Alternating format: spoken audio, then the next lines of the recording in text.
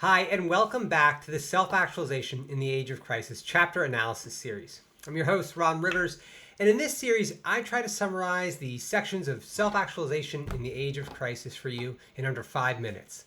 Today, we're exploring Chapter 1, Section Billionaire God Kings of the 21st Century. Now, this chapter can be summarized in one sentence. Humanity will never be free in a class society.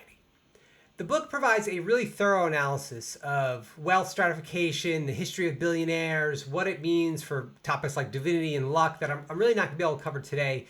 But let's explore some of the highest level points. And if you want to learn more, you can always click the link below where you can directly read the chapter yourself and see all the sources. So the crisis of the billionaire God King is less about any individual and more about a system that stratifies wealth to the extreme few at the expense of dignities, agency, and access for the vast majority. And it really revolves around theories and policies and laws around economics that just really are more theories than actual practical vehicles for transformation. So, for example, the Greek economist Yanis Varoufakis shared that the only way to make the economic model work is if we assume that there is no such thing as time and space. Central to the crisis of the billionaire God King is overcoming our dogmas about our relationship with wealth and value in society. So I want to address one potential criticism from the start, because this is one of the most common rebuttals against being anti-billionaire. Being anti-billionaire is not about being anti-luxury, nor is it about anti-incentive or anti-recognition or reward for the individuals who go above and beyond.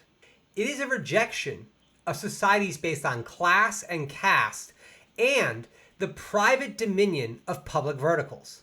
The billionaire is an unelected king who, through their own innovation and the innovation of the collective teams that kind of elevate them, positions themselves to monopolize a market.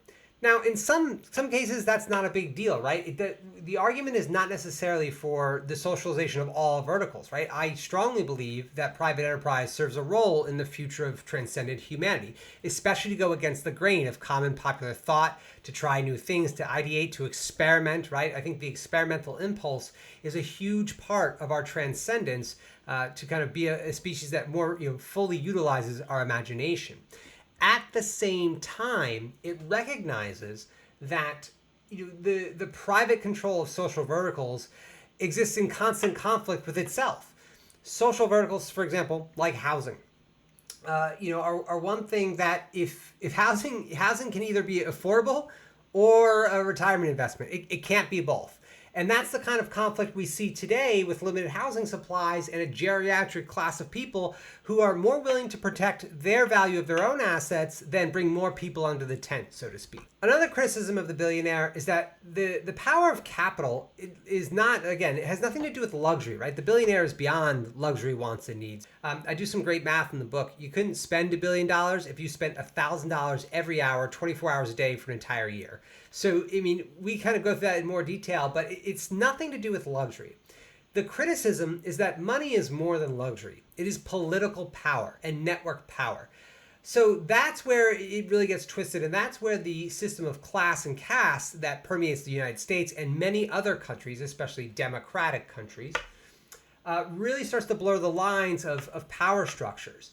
We reject this in its entirety, recognizing that no individual, despite any amount of contributions, has the right to diminish one group to favor their own personal interests. Again, it's not a rejection of private enterprise, but it is a wholehearted rejection in the single market maximalism that's so popular, right? It's not that we have capitalism is the problem. I mean, it's certainly in its existing form is, but it's that we only allow for capitalism instead of, alternatively, as we'll explore later in the text, allowing for multiple market verticals to operate simultaneously side by side under separate laws of property and contract. The problem with having a single market maximalism, right, only subscribing to capitalism, is it really reshapes our behavior and our priorities when dealing with the other. Again, we talked about it in a previous analysis. The primary basis of human relationships in cooperation is transaction, and that is bad for our spirit. So as long as we continue to separate ourselves into class and caste, and especially a super stratified caste like the billionaire class, who have these positive feedback loops of wealth and power, we'll never be free as individuals to most collectively express our imagination within the immediate present. To that end, we reject the billionaire God King in alignment with the single truth and the relational universe.